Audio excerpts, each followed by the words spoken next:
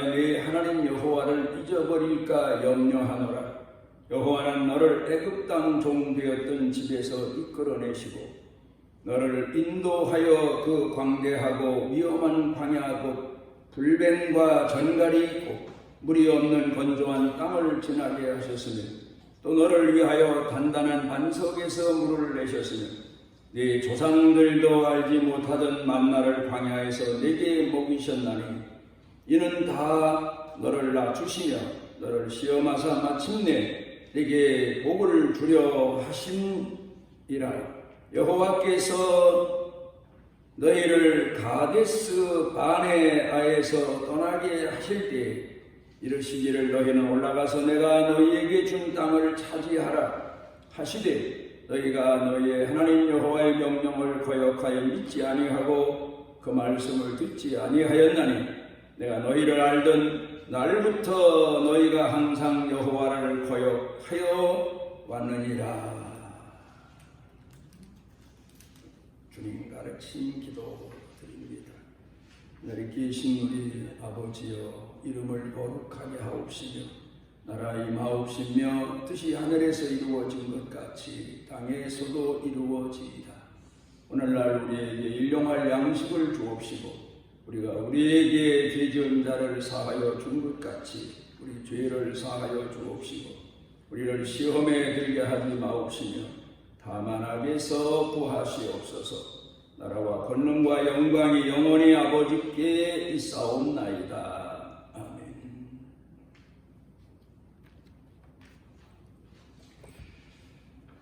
제가 어느 해 봄날 양평 시골집에 가서 잠을 자다가 개구리들이 얼마나 많이 물어대는지 개구리 합창 소리를 들으면서 이런 생각을 했습니다. 그렇지, 추운 겨울 동안 그 얼음 아래서 차가운 땅 속에서 있다가 날이 따뜻해지며 몸이 녹아 정신해지니까 소원이 많겠지.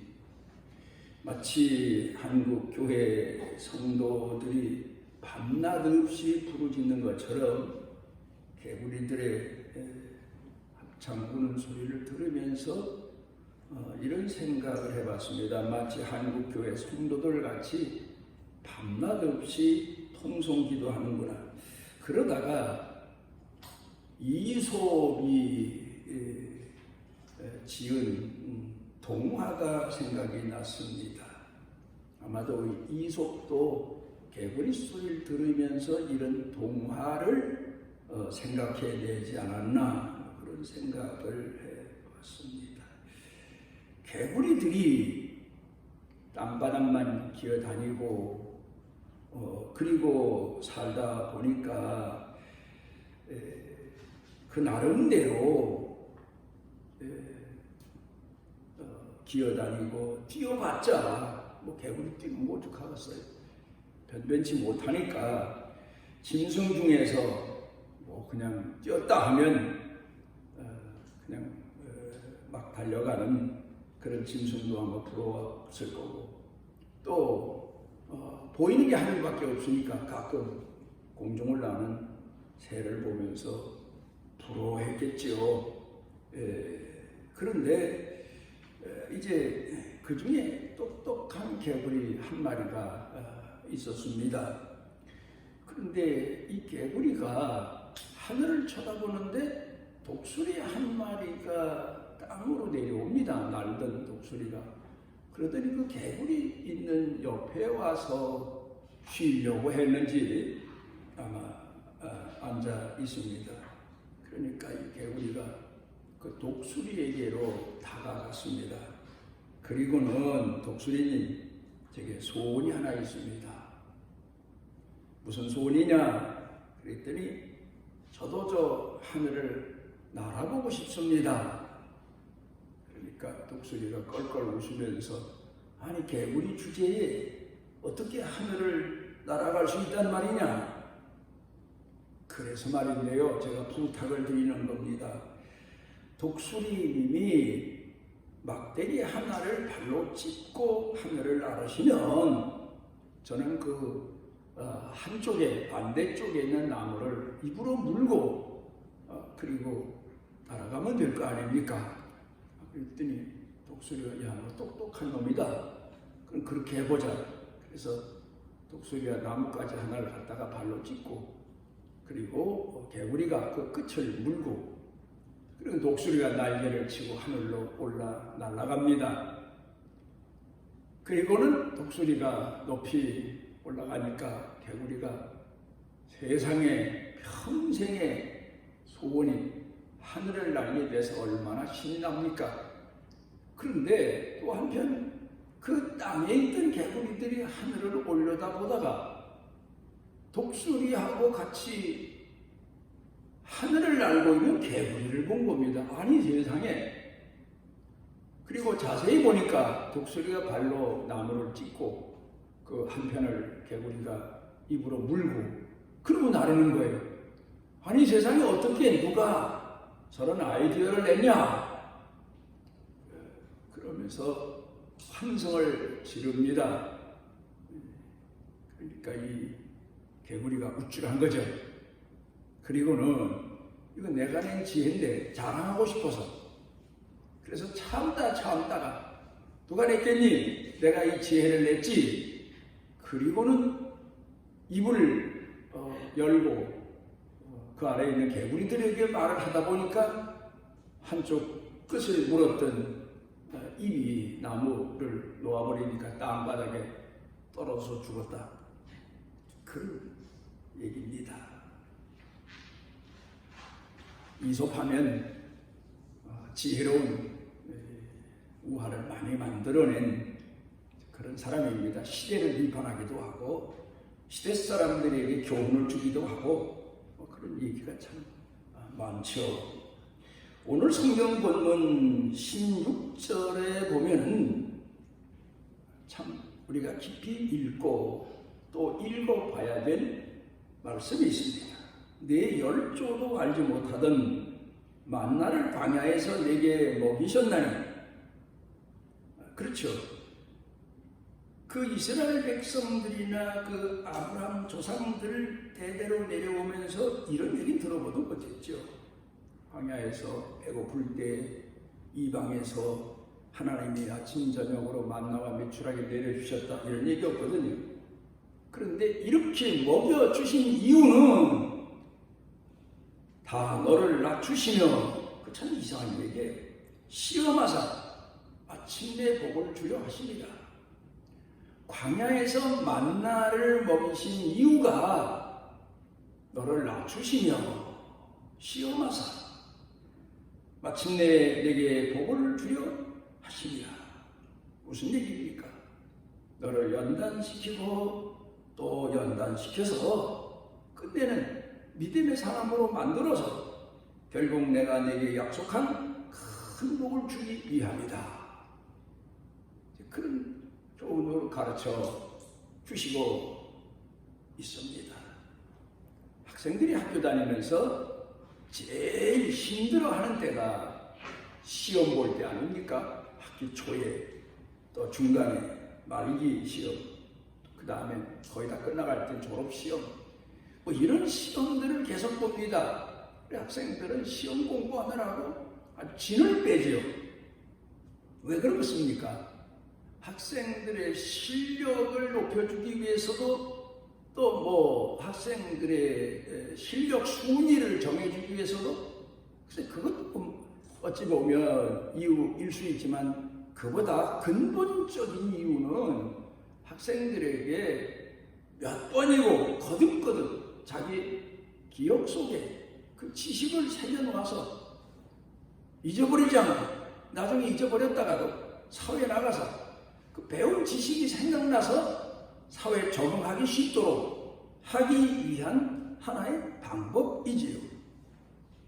예수님을 따라다니던 제자들, 특별히 무슨 뭐 초기 시험, 말기 시험 뭐 그런 시험은 없었어요. 그런데 가만히 성경을 읽으면서 생각해 보면 예수님이 제자들 보고 제자라 그러셨잖아요. 그런데 보면 시험이 많았어요. 예수님이 질문을 던져서 시험하시기도 하고 또 제자들 스스로가 시험을 겪기도 하고 갈등을 겪기도 하고 그러면서 3년 반 동안을 이 제자들이 예수님 따라다니면서 연단을 받습니다. 시험을 겪게 되고 시련을 겪게 되고 배고픔을 겪게 되고 위험을 겪게 되고 피곤함 이런 일들을 많이 겪었을 거 아닙니까? 어떤 때에는 내가 예수님 괜히 따라 나섰나 이 고생하려고 따라 나섰나 그렇게 낙심도 했었을 거고 그런데 결국 그게 하나의 성경을 읽으면서 보니까 시험기간, 시련기간, 연단기간이었구나 그런 생각을 합니다. 그런데 이 시련과 시험기간이 있다는 사실을 성도들은 깊이 인식을 못할 때가 많아요. 그래서 무슨 일이 잘 되면 하나님이 주신 복이다. 그리고 무슨 일이 안 되면 자기가 어려움을 겪게 되면 이건 시험이다. 그렇게 낙심하는 경우가 많습니다. 그런데요, 이 안 될 때, 시험을 당할 때, 시련 당할 때에는 하나님 앞에 나와서 울부짖고 부르짖고 기도하면서 그 어려움을 극복하기 위해서 애를 쓰는데 또 반대로 무슨 일이 잘 되고 형통하면 하나님 앞에서 자기 자신을 돌아보는 기회와 계기를 삼지 않은 경우가 많아요. 자, 그게 문제예요. 실패했을 때에도 성공했을 때에도 잘 나갈 때에도 우리가 스스로 자숙하고 돌아보고 하나님의 은혜구나. 하나님이 주시는 연단이구나. 하나님이 나를 강하게 하시기 위함이구나. 하나님이 나를 더 성숙하게 하기 위함이구나. 또 내가 이렇게 잘 되는 거는 하나님이 어떤 이유에서 잘 되게 하실까? 나는 별로 충성한 것도 없는데 그런 자기 자신을 돌아보면서 하나님의 은혜, 하나님의 손길, 하나님이 원하시는 뜻을 헤아려야 되는데 그렇지 못할 때가 참 많습니다. 그래 성공했을 때에는 하나님이 내게 복 주셨다고 자랑하고 다니고 실패했거나 어려운 일을 겪게 되면 하나님이 나를 버리셨나? 낙심하고 남들에게 푸념도 하고 그러면서 하는 경우가 있습니다. 유명한 신앙인 조지 왁스라고 하는 분이 이런 유명한 얘기를 했습니다. 마귀도 병들면 착해진다. 천사처럼 됩니다. 그래요. 사람이 병들고 어려운 시련을 겪으면 처음에는 발버둥 치고 부인하고 불평하다가 나중에 결국은 겸손해지고 결국은 낮아지는 이제 그런 걸 보게 됩니다.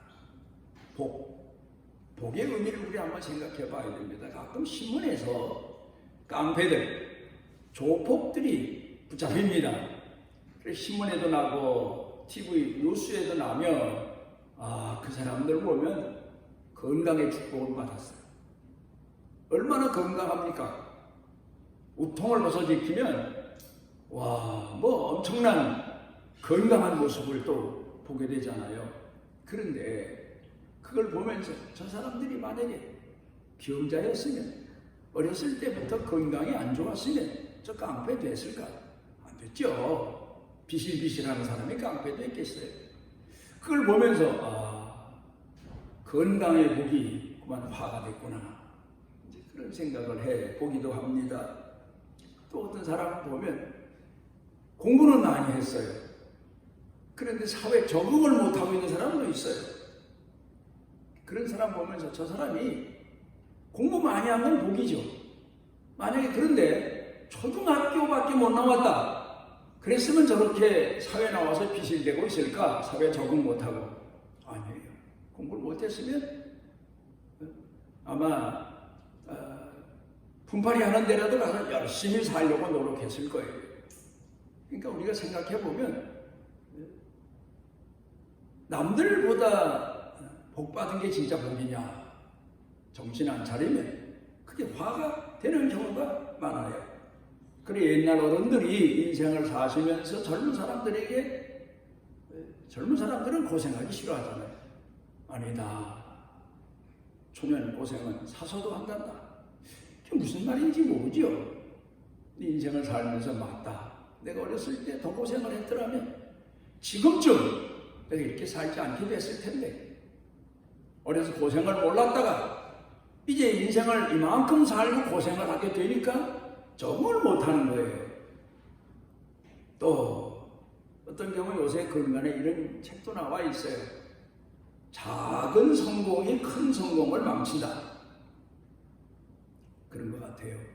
몇 번 실전팔기라고 실패한 사람은 나중에 성공하면 그 성공의 의미를 알고 그 성공을 지켜가요. 그런데 어떤 사람은 일찌감치 성공하는 바람에 그만 성공의 의미를 몰라서 교만하고 자만하다가 결국 그 작은 성공이 자기 인생의 실패 요인이 되는 경우가 참 많습니다. 오늘 성경 본문으로 돌아가 봅니다. 내 힘으로 얻었다 할까 하노라. 사람이 성공해서 부자가 되는 경우도 있고, 노력해서 건강을 되찾는 경우도 있고, 또 뭐 권력을 얻는 경우도 있고. 그런데 문제는 그동안 지내오면서 하나님 앞에 입은 은혜, 가족에게 입은 은혜, 남에게 입은 은혜는 생각지 않고 내잘라서 내가 여기까지 성공을 이룬 줄로 착각합니다. 그럼 사람은 다 된 거예요. 교만한 거예요. 쓸모없는 사람이 된 거예요. 가끔 우리가 우리 주변 사람들을 봅니다. 주변에서는 그래도 뭐 세계적으로, 국가적으로, 사회적으로는 아니더라도 우리 주변에서 저 사람은 성공했다 하는 사람들이 있잖아요, 더러. 그런 사람들을 만나보면 참 겸손한 사람이 있어요. 부럽죠. 성공보다 그 사람의 겸손이 부러워요.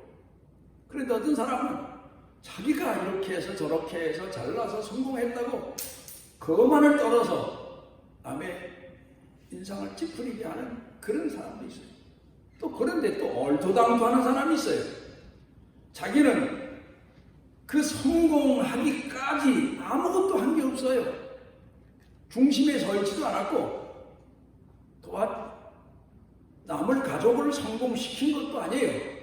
그런데 가족 중에 누가 남편이나 아내가 성공하고 나니까 마치 자기가 성공을 시킨 것처럼, 자기가 성공한 것처럼 우쭐대는 그런 사람도 또 보게 돼요. 오늘 성경 본문에서 가르치는 교훈이 뭡니까? 이거 다 교육을 받아야 되고 이렇게 되지 않기 위해서 연단을 받아야 된다. 그 말씀이죠. 또 그런데 어떤 사람은 실패했을 경우 이건 제가 어리석어서, 제가 부지런하지 못해서 이렇게 됐습니다. 자기를 돌아보고 회개하는 사람이 있는데, 반면에 에덴 동산의 아담처럼 기회가, 때가, 내 주변 사람이 누군가가 내게 도움을 주지 못해서 내가 이렇게 됐다. 남을 원망합니다. 하나님을 원망합니다. 책임이 필요합니다.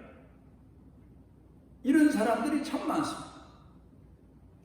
그러니까 오늘 성경 본문에서 가르쳐 주시는 말씀의 핵심은 성공했을 경우 이게 다 하나님의 은혜다, 가족의 은혜다, 다른 사람의 은혜다, 베푸신 긍휼이다. 성공했다 하더라도 그런 믿음을 가질 수 있어야 돼요. 여호수아나 갈렙처럼. 그런가 하면 실패했을 때 제 책임입니다. 하나님 앞에 회개하고 눈물 흘리고 다른 사람들에게도 다 제 책임입니다.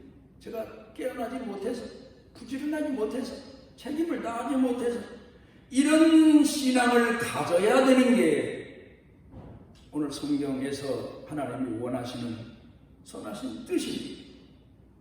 그런데 여기 오늘 성경 본문에 보면 하나님이 이렇게 하나님이 원하시는 믿음 있는 사람을 만드시기 위해서 오늘 성경 본문 8장 3절을 보면 너를 낮추시며 너로 줄이게 하시며 또 너도 알지 못하며 네 열조도 알지 못하던 만나를 내게 먹이신 것은 사람이 떡으로만 사는 것이 아니요 여호와의 입에서 나오는 모든 말씀으로 사는 줄을 내게 알게 하십니다. 만나를 주시기 전에 주시면서도 줄이게 하셨다. 참 신기한 말씀입니다. 배고프게 하셨다는 거예요. 말하자면 건강하기 전에 병자로 살게 하셨다 그런 말입니다. 너로 줄이게 하신 것은 만나를 먹이시면서 그 의미를 마음에 새기게 하시기 위함이다. 그건 뭐냐? 땅의 양식으로만 살지 않고 사람은 짐승과 다르고 곤충과 다르고 땅의 풀과 나무와 다르게 하늘의 양식으로 살아야 되는구나. 하나님 말씀으로 살아야 되는구나. 내가 성공을 했든 내가 실패를 했든 시련에 있든 하나님의 말씀으로 사는 게 사람에게 주신 가장 귀한 복이구나. 이걸 가르쳐 주시기 위해서 하나님께서 이스라엘 백성들을 광야에서 연단시키셨다. 광야하면 생각납니다. 예수님이 광야에 나가서 40일 금식 기도하셨어요. 끝나고 나니까 마귀가 예수님을 시험합니다. 야, 너는 하나님의 아들인데 배가 고프지 않느냐? 그렇게 죽이지 않았느냐? 세상에 3일만 금식해도 사람이 먹는 게 전부인 것처럼 착각하게 되는데 40일을 죽이셨으니 성경에는 죽이셨다고 그랬어요. 얼마나 배고프시겠어요. 그러니까 야, 이 돌들로 떡덩이 되게 해서 먹을 수 있지 않냐? 왜 배가 그렇게 고파서 줄여서 그러느냐? 그러자 예수님께서 사람이 떡으로만 살 게 아니고 하나님 입에서 나오는 모든 말씀으로 살 것이니라 하시고 물리치셨어요. 맞아요. 하나님이 광야의 이스라엘 백성들을 이끄시면서 거기 돌이 많아요. 돌뿐만입니까? 광야에 가면요 가시나무도 있고 많잖아요. 그 다 떡덩이 되게 하실 수 있고 가시나무는 먹기 좋은 과일나무로 만드실 수도 있고 하나님은 충분히 그러실 수도 있어요. 모래는 떡가루로 만드실 수도 있고. 그런데 왜 그렇게 안 하시고 줄이게 하셨나? 연단시키기 위해서, 신앙을 가르쳐 주시기 위해서, 믿음의 사람이 되게 하시기 위해서. 우리가 살아가면서 어떤 때는 기억이 듭니다. 어떤 때는 어려운 시련을 겪습니다. 왜 그렇습니까? 건강을 주시기 위해서, 건강의 의미를 깨닫게 하기 위해서, 건강에 감사한 의미를 마음에 새기고 살게 하기 위해서,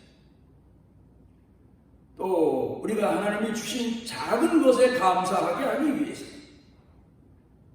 하나님이 그런 연단의 시련의 과정을 거치게 하신다. 그래서 나중에 성공해도 넘어지지 않고 실패해도 낙심하지 않고 하나님을 향한 믿음을 가지고 살아가도록 하나님이 우리를 훈련시키신다. 그리고 광야에서 하나님이 이스라엘 백성들에게 주신 절기가 있어요. 이 절기를 보면은 유월절도 있고 장막절도 있고 오순절도 있고 뭐 월삭도 있고 안식년도 있고 신년도 있고. 왜 이런 날들을 주시고 이런 날을 지키게 하셨나? 일주일씩 뭐 어떤 안식일은 물론 하루지만 왜 지키게 하셨나? 그건 하나님 섬기는 신앙을 훈련시키신 거예요. 하나님을 이렇게 섬겨야 된다. 그래 지금도 교회가 맥주절을 지키고 추수감사주의를 지키고 부활주의를 지키고 고난주의를 지키고 왜? 그를 통해서 하나님 섬기는 훈련을 받는 거예요. 그러면서 우리가 우리 생활에서 어려운 시련과 역경을 극복해 나가는 믿음을 배우는 거예요. 여기서 우리가 잊지 말아야 될 내용이 있습니다. 내 욕망대로 살지 않고 내 기준대로 살지 않고 오직 나를 이끄시는 하나님의 손길을 느껴야 돼요. 그리고 하나님이 나를 연단시키시는 그 의미를 알아야 돼요. 그래서 우리가 이 땅에서 믿음 잃지 않고 거만하지 않고 또 낙심도 말아야 돼요. 절망도 말아야 돼요. 하나님이 이스라엘 백성들을 광야에서 줄이게 하셨지만 하늘 양식으로 채워주시기 위한 과정이었다. 이걸 우리가 마음에 새기고 오늘 우리가 살아가면서 이 땅에서 겪는 그런 고난과 역경, 때로는 형통, 때로는 성공, 이때에도 하나님이 원하시는 믿음의 사람으로 살아가는, 잘 훈련되어가는 그런 신앙인이 되시기를 바랍니다. 우리를 주의 자녀로 삼아주시고 우리 조상들이 알지 못하던 길로 인도하시고 조상 대대로 듣지도 못했던 하늘의 복음의 말씀을 듣고 그 말씀을 먹으며 오늘을 살아갈 수 있도록 은총 주셔서 감사를 드립니다.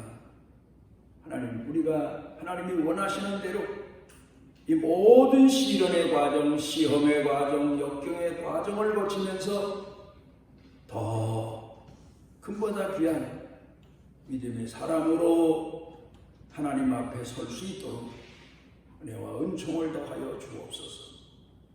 예수님 이름으로 기도드리옵나이다.